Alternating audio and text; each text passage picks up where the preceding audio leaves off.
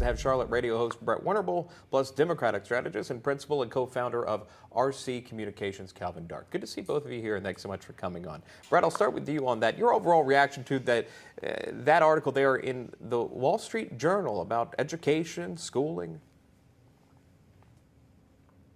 Brett.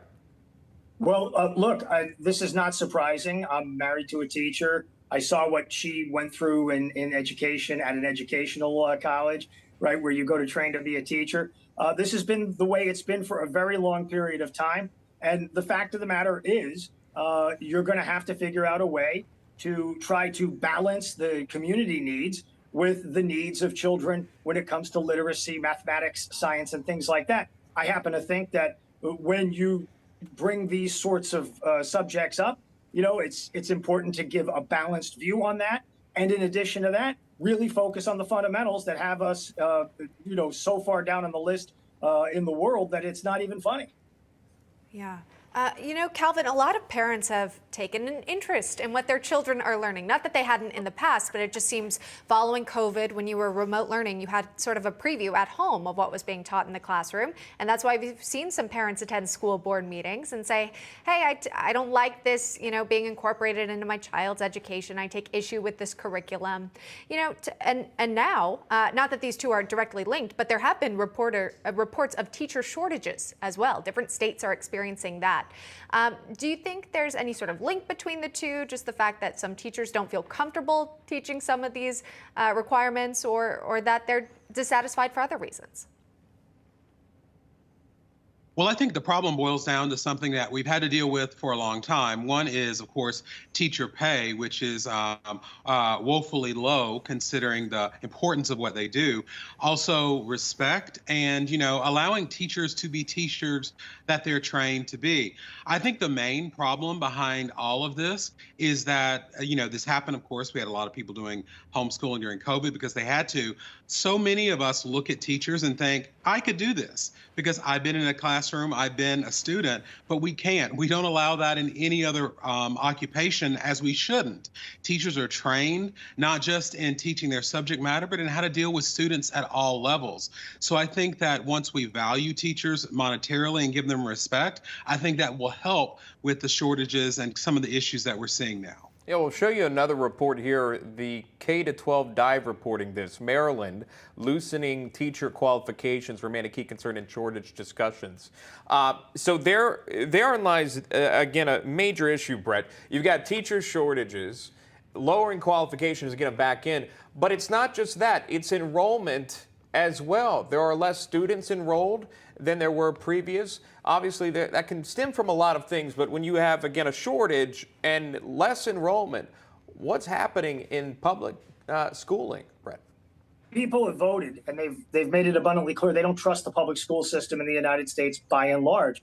Low pay doesn't compensate for anything. You look at the people that are paid in the United States military. Look at the people who are asked to do things, including laying their lives on the line every single day, and they're still professionals about this. The reality is the teacher unions have a lock on the educational institutions in this country, even in states that do not have teachers unions. It's all affected in the same way. You can't compensate a great math teacher by paying them $150,000 a year because the terrible math teacher is only going to make $40,000 a year. There has to be competition, and that's what the answer has to be. You want to recruit great teachers, pay them well, but pay the good ones well and run the deadwood out of the office. Yeah, well, I mean, we've seen, as Sean is pointing out, the number of people re-enrolling in public schools has decreased. You've got these people, families who are looking into homeschool opportunities or some sort of pod learning within their communities as well. Here's what Secretary Cardona had to say about the teacher shortage. Take a listen. Our students need more now, not less. And while I understand that there are issues getting qualified educators into the classroom, we've been working really closely with our states to give them not only the resources, but the ideas on how to help address the short-term issue. Many people are leaving the profession or training programs for the profession because they cannot afford 4 months of teaching without salary. Calvin, following the pandemic is now kind of a time for the public school system to reset, think its approach to education and maybe some of the curriculum and of course, how they compensate teachers as well. Yes, I think this is a time, during the pandemic where we all got to think about education and how we could do it better. But I first of all, just want to say that I think that anybody who goes into the field of teaching is doing it because they love it, not because of the money that they're going to make. That doesn't mean that we shouldn't compensate them at the level that they deserve. And I think when we think about things about, how people and parents are changing how they want their children educated in the environment that they're educated in, I think that's very valuable. But we have to remember that these are educators that went to school and had training on how to do this right. So if we work with them instead of, questioning their motives, questioning if they're in it for money or not, questioning what they're bringing to the classroom that the students don't need, instead of working with them, I think we could solve a lot of the problems and challenges that we're talking about. Well, if you want to get to the issues, you got to find the root causes, right, Brett? So some of the root causes, and what was brought up actually in that interview on Face the Nation, if you watched the question before, the setup was great.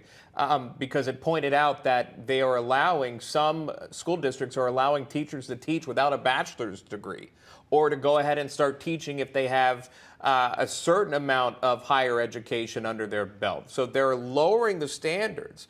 And if you lower the standards of the educators, what does that do to the students? When they've already suffered through the pandemic, you ask many of them, they didn't learn that much because they were being taught by their parents who also were working at the same time. And now you've got the qualifications again going down in several different states. Look, you can go to a teacher's college. You can be involved in Teach for America. There are a lot of ways that you can obtain an educational credential when it comes to being a teacher in the United States. But just picking any Tom, Dick, or Harry off the street and throwing them into a classroom and saying, hey, you can manage 45 kids, that's only one part of it. The other part is rampant crime, assaults on teachers, assaults on staff. The fact that no longer will you be able to expel people. You can't send them into suspension. That was all courtesy of Arne Duncan when he was the education secretary under Obama Biden. They set in place this notion that you can't punish kids who are denying other kids an education. This is a systemic breakdown in our country. And the sad thing is we won't see the true damage for another decade and a half coming down the road. We've seen different states' leaders take different approaches when it comes to education and how it's run in their states. Ron DeSantis has said he wants to take the woke out of the classroom here. Business Insider sort of capitalizing on that, saying with this report, Governor Ron DeSantis charts a new political path for GOP as he takes the unusual step of endorsing school board candidates that vow to back his education plan. So, Calvin, here we are seeing a governor of a state that is taking an interest in local school board races. What do you make of DeSantis's move? Well, first of all, every time that I think DeSantis uses the word woke, we should all be careful because that basically stands for anything that he personally doesn't agree with or the people that he hopes will vote for him in some race in the future.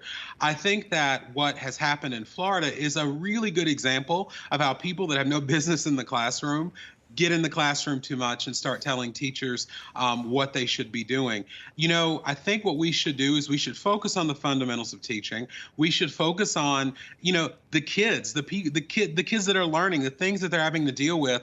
And instead of focusing on one ideology coming into the classroom, as DeSantis is trying to do, let's let kids be kids, learn about the world around them, learn about their other students that they're in classrooms with, and stop, saddling teachers with all of these requirements that ask them to ignore the world that their students will be living in to some ideology that Ron DeSantis thinks makes a good 2024 campaign slogan. Brett, your rebuttal.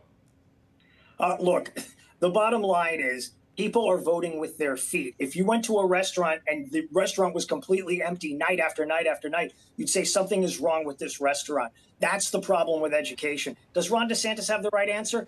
I don't know if he's got the right answer or not. But one thing is certain, Randy Weingarten and the union leaders in this country hobbled children for generations to come. And it's because they wanted the schools shut They wanted the schools virtual, and they didn't really put the children first. It's time we put the children first and get them the education they deserve. Well, it certainly played out there in Virginia, as many remember that gubernatorial race there. Seemed to catapult one candidate to the winning seat. Brett Winterbolt, Calvin Dark joining us live here on the program. We always appreciate that. Thank you so much. A new hour of National Report will start right after this.